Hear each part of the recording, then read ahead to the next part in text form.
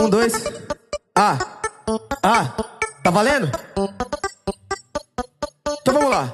Cabeça branca é um cidadão de bem, um empresário que precisa relaxar. Fim de semana ele pega as novinhas e patrocina um churrascão em alto mar. A mulherada de copo na mão, biquíni, fio dental, postando foto na sua rede social. Cheia de pose de patroa, ela é da zona. Quem vê de longe pensa que ela é a dona, mas o dono da lancha é o cabeça branca. A champanhe quem banca é o cabeça branca. Porque novinha na hora da selfie, junto com as amigos, coroa nunca aparece.